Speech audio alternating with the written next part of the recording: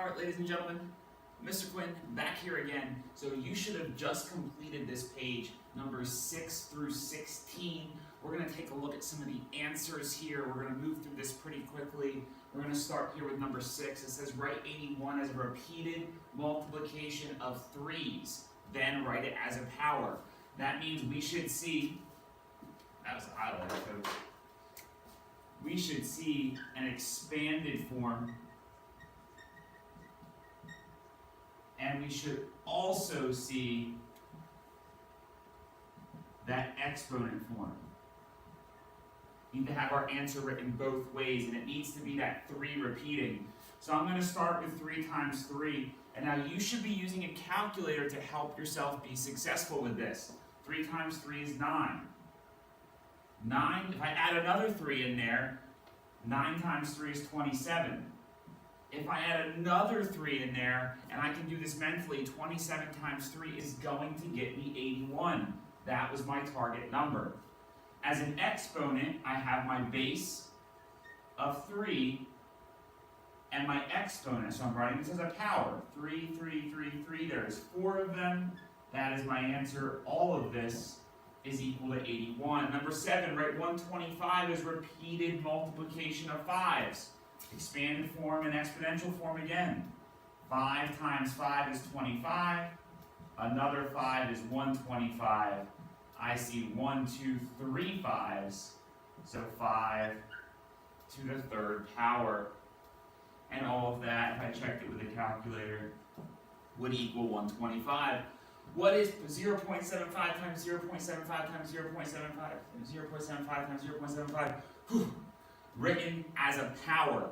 I do not need to evaluate this. It just means that I need a base and I need an exponent. So hopefully you counted 1, 2, 3, 4, 5. And you put that exponent of a 5 in there. And then number 9, before we slide down, what is 3/8 times 3/8 times 3/8 written as a power? Once again, I don't need to evaluate, so you don't need an answer. I just need to know that this happens 3 times. 3/8 to the 3rd power. So that takes care of these first 4 questions. We're going to scroll down, and we are going to take a look at these last couple. Now these are where your calculators are going to be coming in super handy, meaning that you should be using your calculator as a tool to more successfully answer these questions.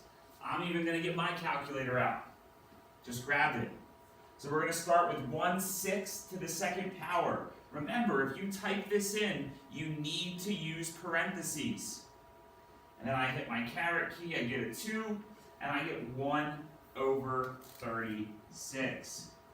I'm evaluating here. That means that I need to solve. 45 to the 0. I don't need a calculator for this one. If you think back to example 2, we learned about this math fact. That's just equal to 1. If you really wanted to double check it, maybe you don't trust me, we can put it into the 0 power and we get 1. 0.1 to the 5th. So 0.1 raised to the 5th power. Look how quickly I have to count my zeros. 1, 2, 3, 4. 1, 2, 3, 4 zeros. And I write a 1. Here's the cool part about this. My exponent is a 5. Look at how many digits I have. 1, 2, 3, 4, 5. Little trick there. And then 7 to the 3rd power is 343. Hopefully you're doing really well with this. Evaluate each expression. 4.5 times 10 to the 4th. We're going to want to rewrite underneath 4.5 times 10 to the 4th, 10,000. 4 zeros. The power for my exponent is a 4. 0.6 times 10 to the 6th, so I need 1, 2, 3, 4, 5, 6 zeros when I write that one. That's 1 million. And 3.4 times 10 to the 0, we know anything to the 0 power is equal to 1, so we can solve that one really quickly. And folks, for this, just need to type it into your calculator. If you're not sure how to do that mentally, 4.5 times 10,000. 45,000. 1 million times 0.6.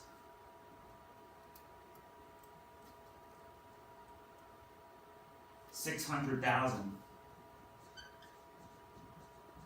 Alright, that is it for the review of these answers. Folks, I hope you did great on this paper. If you're not sure about something, be sure to ask.